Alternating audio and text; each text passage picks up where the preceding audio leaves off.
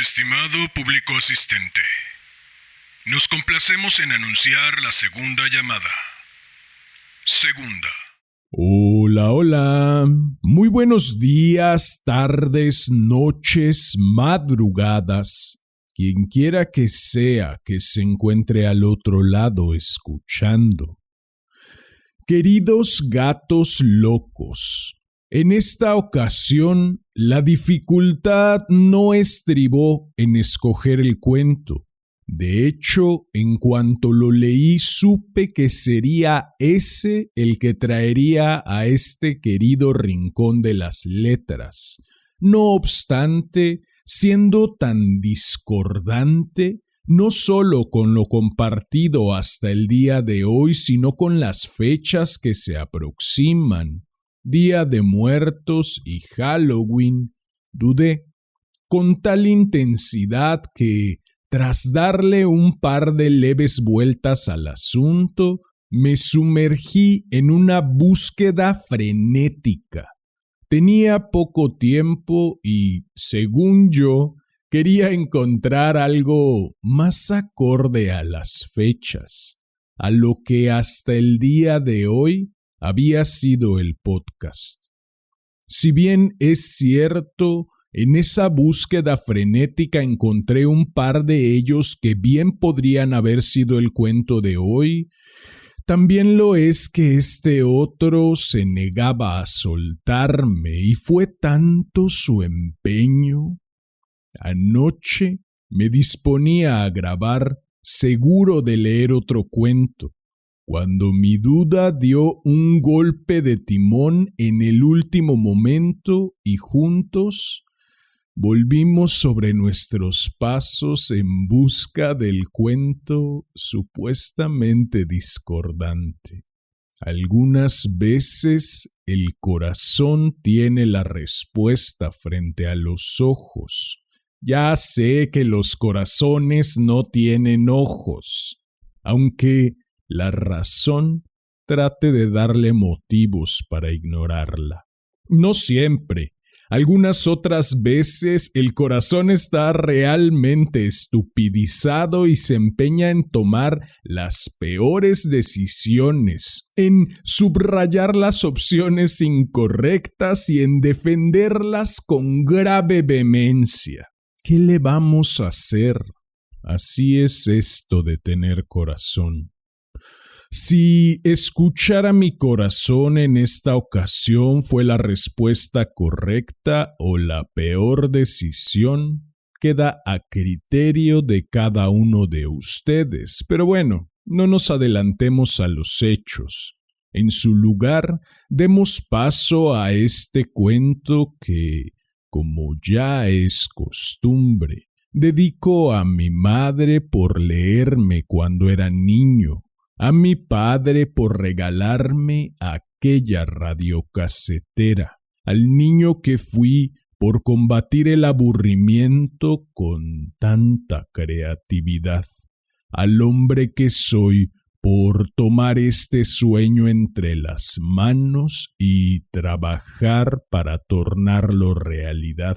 Y, por último, no por ello menos importante, a ti, quien quiera que seas y desde donde sea que me estés escuchando. Ha llegado la hora de correr el telón y de que empiece la función. Estimado público asistente, Damián Sastre presenta La corredora de Cuemanco y el aficionado a Schubert, de Mónica Lavín. Esta es tercera llamada. Tercera.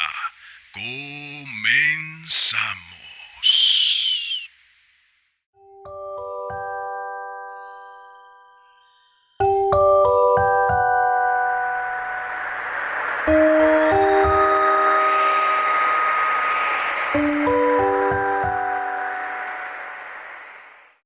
Guillermo llegaba temprano para el concierto del domingo.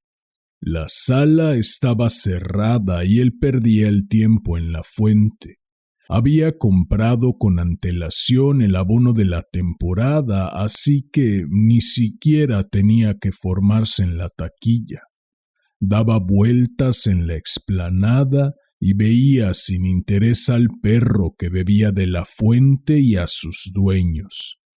Pensaba que a los dueños del perro y a él les producía una sana alegría estar en ese lugar, a ellos por el bienestar del perro, a él por el placer de la música.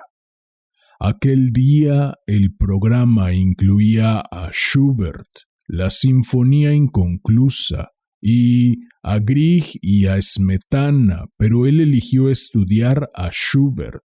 Era el pretexto perfecto. A veces tenía que indagar sobre Paganini o Korsakov, pero el programa de ese día le había dado la oportunidad de solazarse en uno de sus preferidos. A ratos se escabullía de la investigación sobre el modelo de movimiento de los líquidos para robar al ciberespacio alguna luz sobre el compositor o, mejor aún, sobre aquella pieza del programa.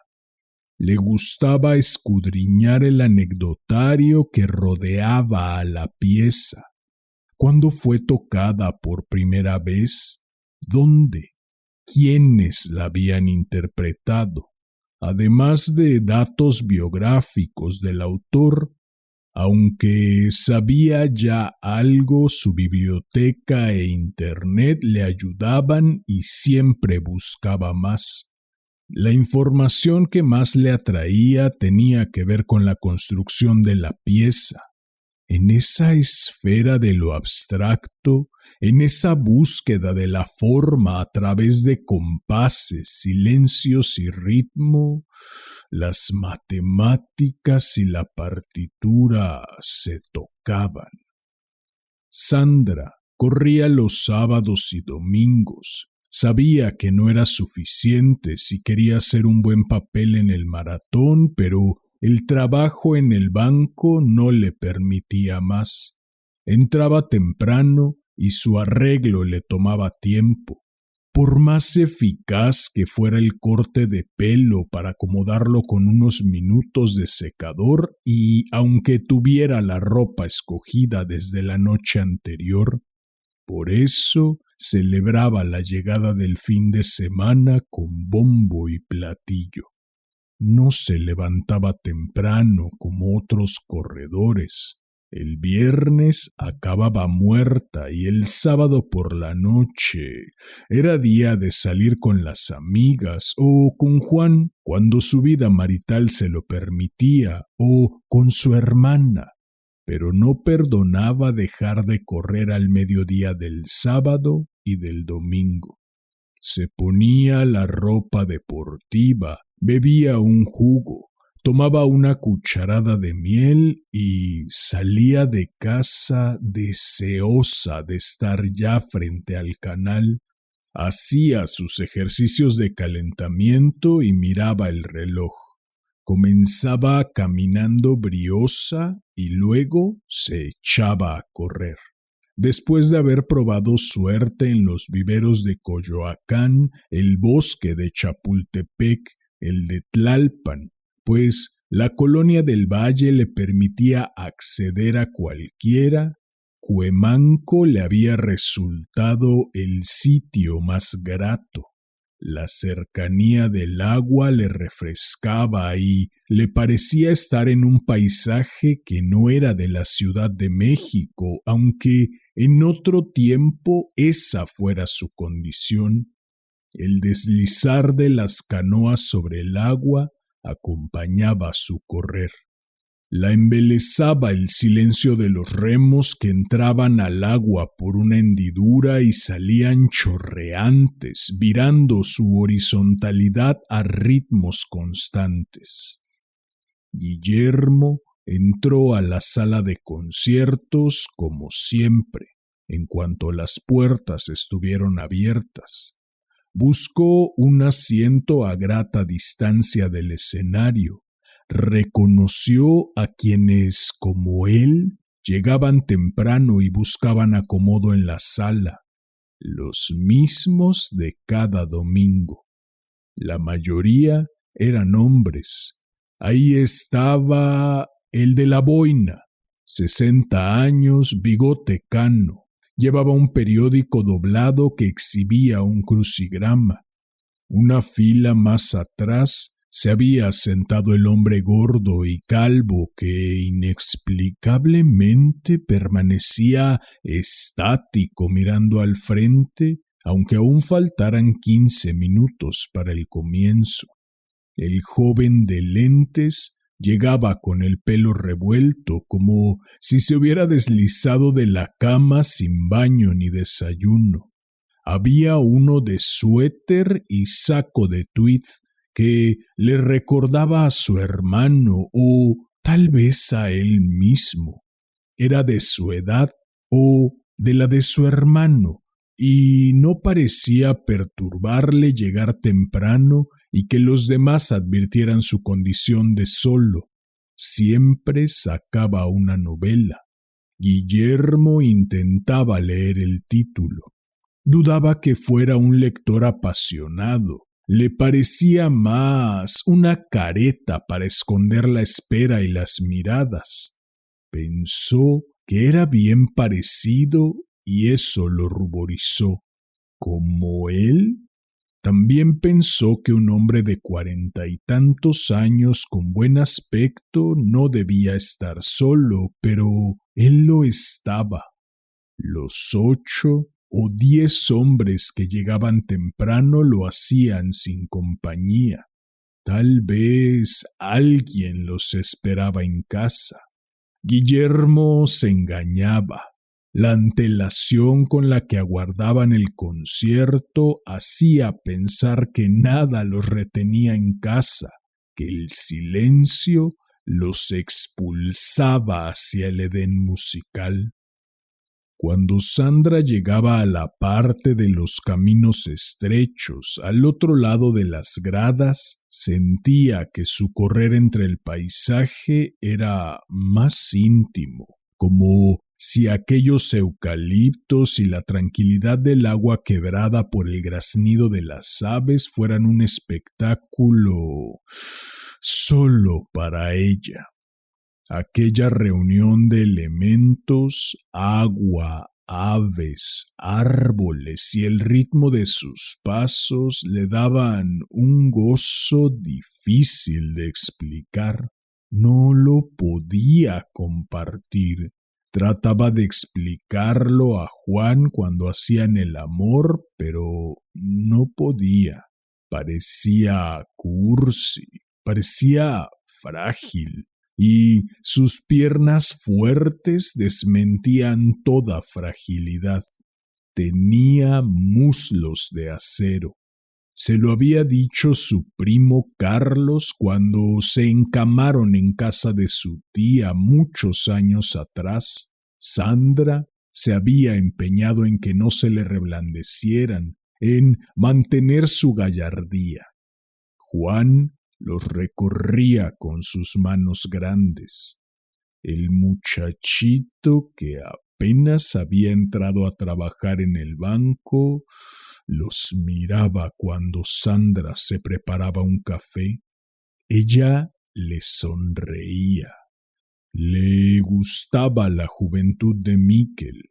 Imaginaba sus piernas de roble y le daba por pensar en maneras de seducirlo, conducir la mano de él por sus piernas allí, en el estrecho espacio que olía a café y no tenía ventanas, en aquel closet pequeño.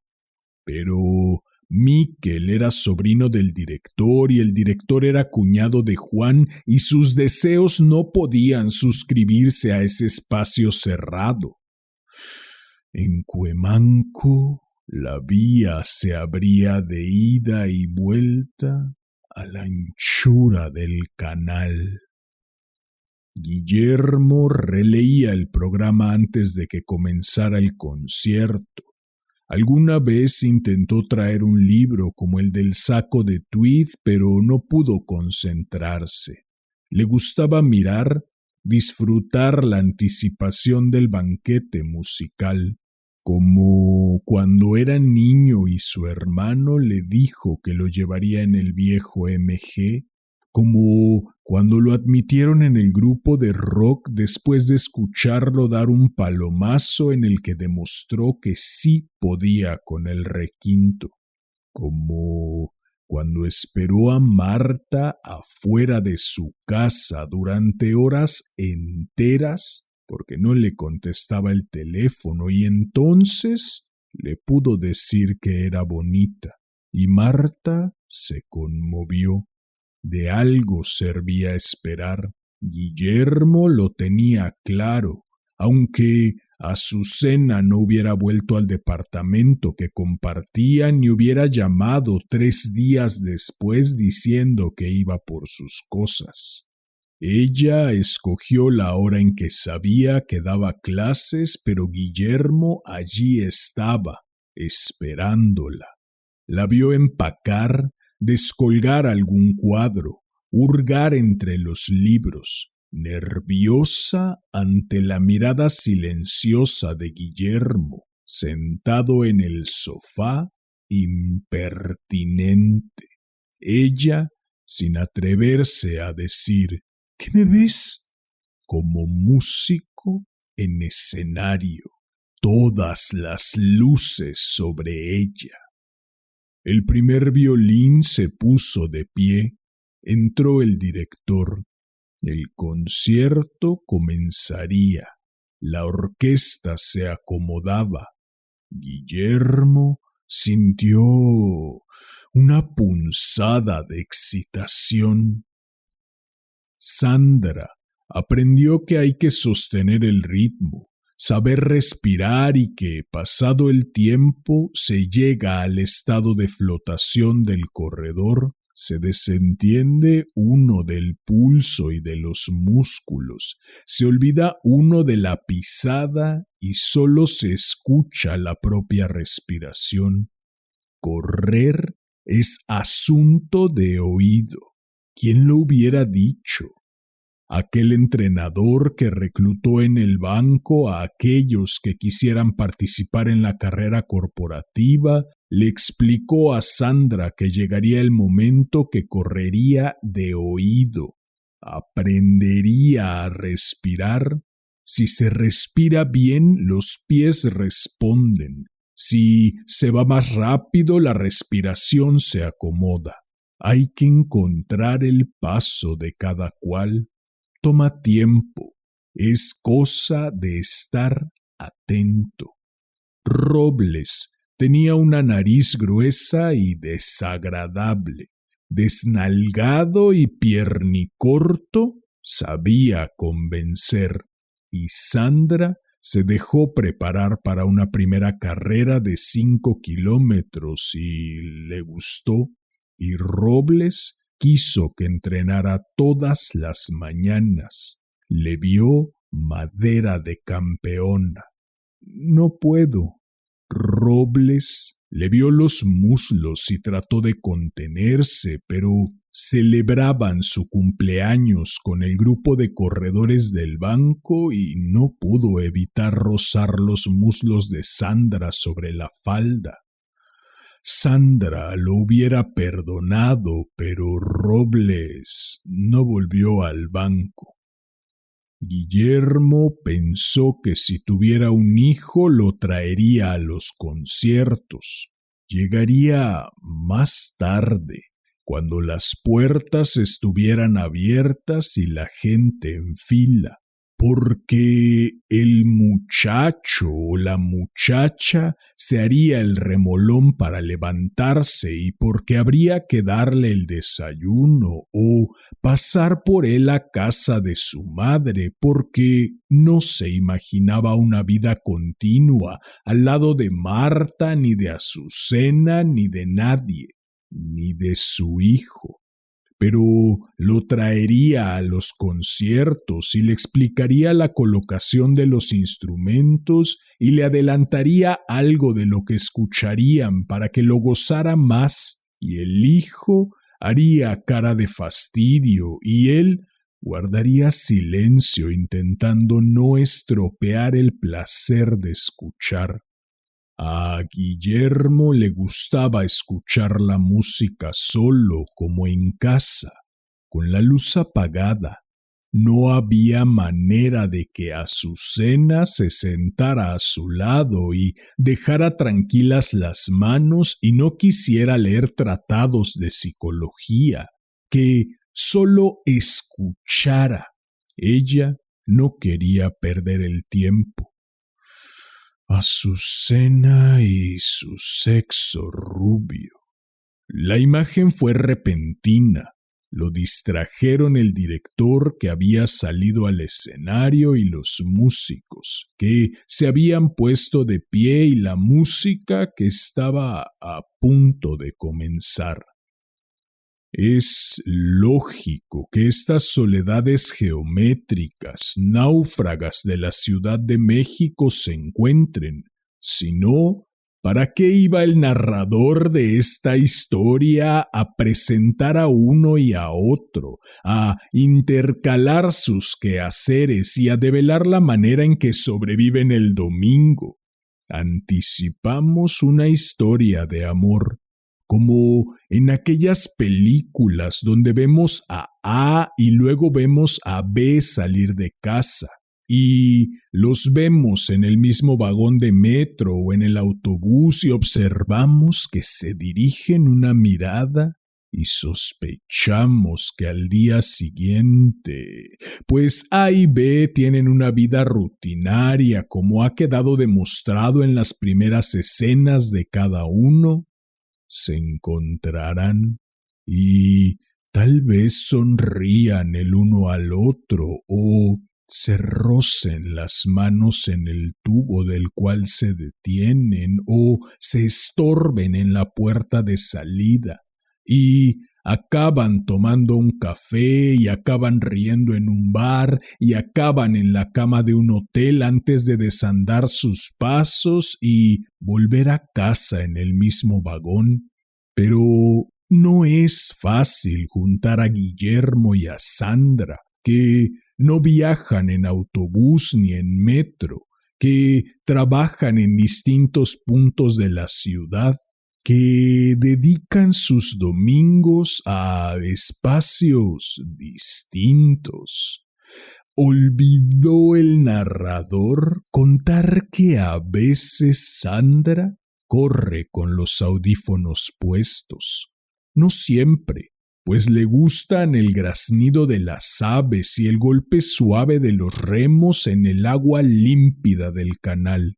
Le sorprenden esos sonidos tan lejanos al periférico que está a unos metros. Quiere asombrarse, pero a veces no basta y necesita la música para llegar al estado de flotación, para no andar molesta con Juan y con ella misma por haberse metido con un casado, por desear a un jovencito y quererlo añadir a la lista de imposibles, por quejarse de no tener hijos a sus 35 años, por abominar de su madre que le reclama no haberse casado a tiempo.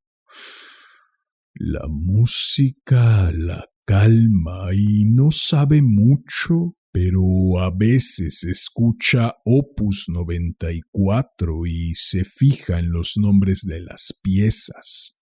Oyó a un radioescucha decir que en Margolín venden una buena selección de piezas. Por eso va un sábado por la tarde preparando la rutina del domingo. La discusión del viernes con Juan la tiene contrariada, que la adora y la desea, pero que no va a cambiar su vida. ¿Qué hay de nuevo? Es una historia harto conocida por ella y predecible, pero Le gusta Juan, le gusta mucho encima de ella, le gustan mucho sus manos en el cuerpo y cuando pasa una semana y no lo tiene, aunque no espere tenerlo todos los días en la cama y el desayuno, siente que se abre un abismo y se siente inútil. Quiero algo de Schubert, dice al dependiente. ¿Qué está buscando? Guillermo alcanza a escuchar la petición de la chica y la pregunta del dependiente. Alcanza a percibir el titubeo de la mujer que levanta los hombros. Entonces él se atreve. La inconclusa. El dependiente le extiende varios discos a Sandra. El segundo movimiento es espléndido. Sandra lo mira asombrada. Repara en el hombre del suéter azul pálido que no para de hablar. Guillermo piensa que sería ideal invitarla al concierto. Tiene una belleza discreta. La tocarán mañana en el programa de la Sala Nezahualcóyotl a las 12, le dice. Qué lástima, dice ella. Yo corro a esa hora. ¿Corres? ¿A dónde? Pregunta Guillermo. Ella se ríe. Doy vueltas en Cuemanco, no voy a ningún lado. Oiré el concierto en mi Discman. No es lo mismo, dice Guillermo. Si cambias de idea, allí nos vemos. Esas no son maneras de seducir a nadie, de que una mujer se sienta halagada. Guillermo se siente preparatoriano. ¿Tú no corres? Pregunta ella. Me muero, dice él.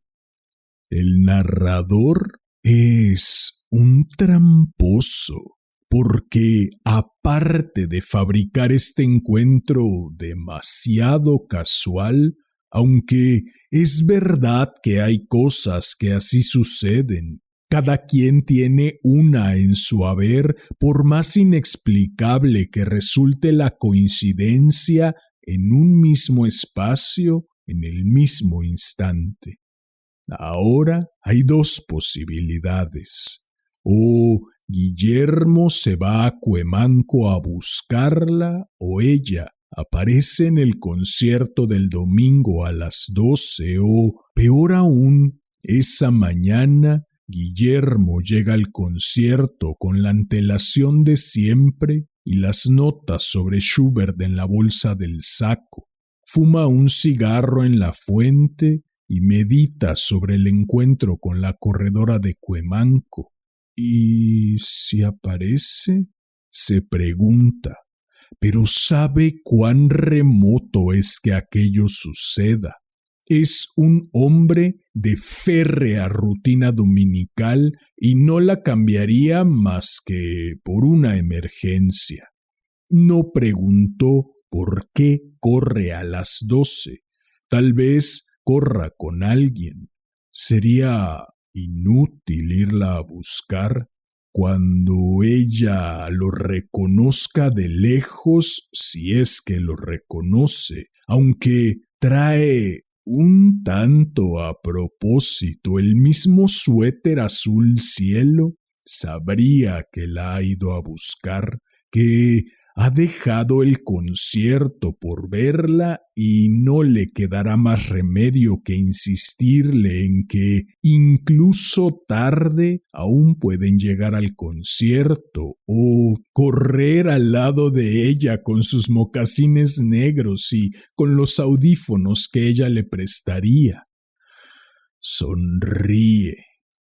Los hombres que llegaron temprano se dirigen hacia las puertas que acaban de abrir. Sandra dobla el cuerpo y extiende las manos hacia las puntas de los pies, flexiona las rodillas, gira la cintura como si tomara algo que le quedara lejos y sus pies estuvieran anclados a la tierra. Se pone los audífonos. Va a empezar a correr. Se ajusta el Discman a la pretina de los pants. Schubert. Camina briosa por la cinta asfaltada del canal. Se acomoda la visera, aunque hoy solo hay resolana. Al levantarse, admitió la posibilidad. ¿Y si voy al concierto? Pero el fantasma de Robles, o mejor dicho, el espíritu de flotación, la adicción a la carrera, no le permitieron dudar. Los primeros acordes la llevan a la sala de conciertos. Imagina al hombre del suéter azul sentado, atento. Le pareció simpático y le gustó que supiera tanto de música.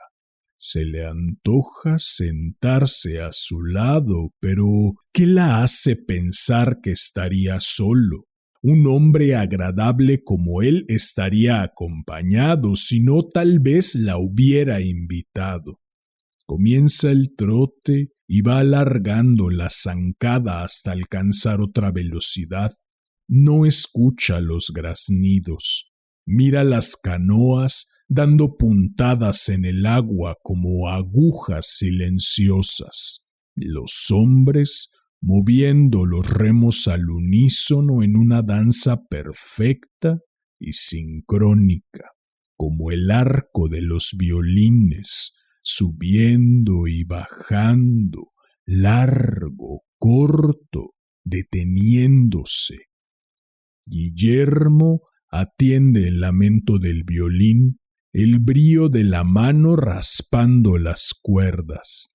Siente el chirrido meterse hondo en su cuerpo como un graznido de aves. Se dirige a la puerta. Se sube al coche sin quitarse los audífonos y llega al periférico. Mira el reloj. Toma la desviación al embarcadero. Busca dónde estacionarse. Titubea buscando el acceso. Los violines rasgan el aire. El graznido quiebra el silencio. El narrador piensa seguir, como si no se adivinara ya en esta acción un final contundente, pero la vida no lo es, no de la misma manera, porque Guillermo se sentará en el pasto entre canales y esperará media hora. Supone que es mucho más del tiempo necesario para que ella dé la vuelta a la pista de canotaje, para que vaya al baño, tome un jugo, regrese al redil. El reflejo incisivo del sol en el agua le dará en la cara, lo obligará a entrecerrar los ojos, a dejar de mirar a lo lejos. Se topará con el legajo de hojas en el bolsillo, los archivos sobre Schubert impresos para el concierto, para la espera mientras se llena la sala. Los saca y los extiende. Rasga una tira que corta el rostro de Schubert por la mitad e intenta leer. El gran Mustantes se Lausos volvió al yesa de su composición. Observa a los lados para asegurarse que nadie lo mira y coloca ese trozo de hoja sobre el agua como una canoa de palabras. Schubert se humedece. Schubert la humedece.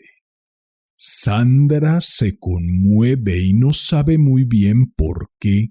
Es la música y su mirada que, frenética, lo busca entre el público, pero la música la somete y la hace olvidarse de su propósito. En el intermedio sale esperanzada, mira a diestra y siniestra, pero el muchacho del suéter no está. Lo hubiera reconocido con toda facilidad. ¿Habrá venido?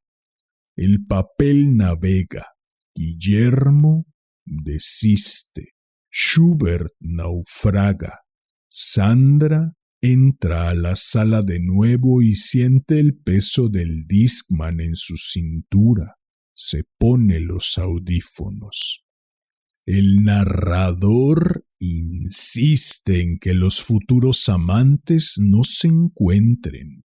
Parece empeñado en el destiempo, en que la felicidad no existe. Teme sumarse con su voz a los que vivieron felices para siempre. No les concede un beso, una caricia, mucho menos la cama, pues conoce los peligros de esas embarcaciones. Sudores rítmicos, adagi y allegri, desconcierto, preguntarse ¿y ahora qué? ¿Corremos el domingo en Cuemanco o venimos al concierto? Pero Guillermo, que se ha quedado extasiado con el movimiento de los líquidos, a los que aplica fórmulas en su cubículo, en un arranque de arrogancia se pregunta: ¿y si fue al concierto? Toma el auto y deja a los graznidos perderse en el escenario acuático.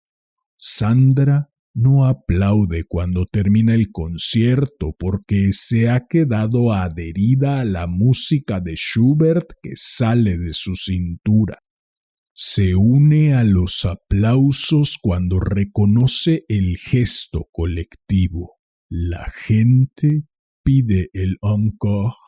Sandra ha dejado de buscar entre las butacas. Le parece un gesto impulsivo y ridículo haber dejado el canal y la carrera para acabar encima oyendo un disco. Se quita los audífonos.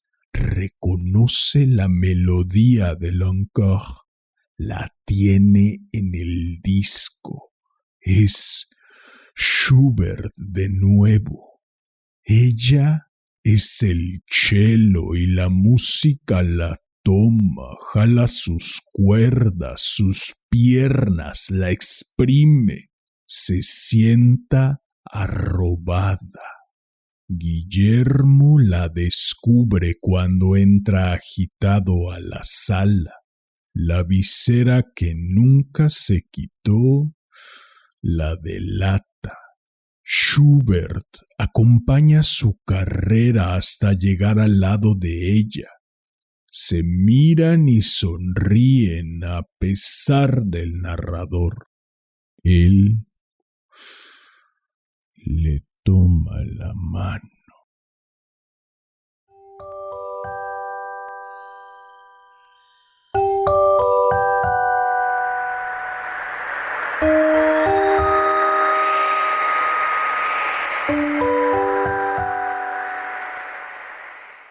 Bien, pues eso fue La corredora de Cuemanco y el aficionado a Schubert. Espero que lo hayas disfrutado. Si fue así, agradecería enormemente que me ayudaras compartiendo, difundiendo. Vale, me cacharon. El narrador de este podcast tiene su corazoncito, aunque la gran mayoría del tiempo prefiere mantenerlo a resguardo. Bien lo dice cierta canción, una de mis preferidas a decir verdad. Tantos siglos, tantos mundos, tanto espacio y coincidir. Si deseas seguir coincidiendo con este loco, si deseas estar al tanto del contenido que publico o si deseas sugerir un cuento para cualquiera de las dos secciones de este hermoso, sensual y exquisito podcast.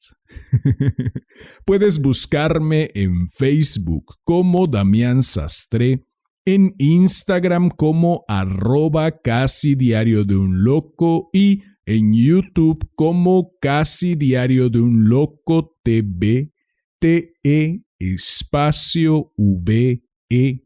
Si llegaste hasta aquí, como ya es costumbre, agradezco inconmensurablemente tu valiosísimo tiempo. Recibe un enorme abrazo. Ten una excelente vida y hasta la próxima.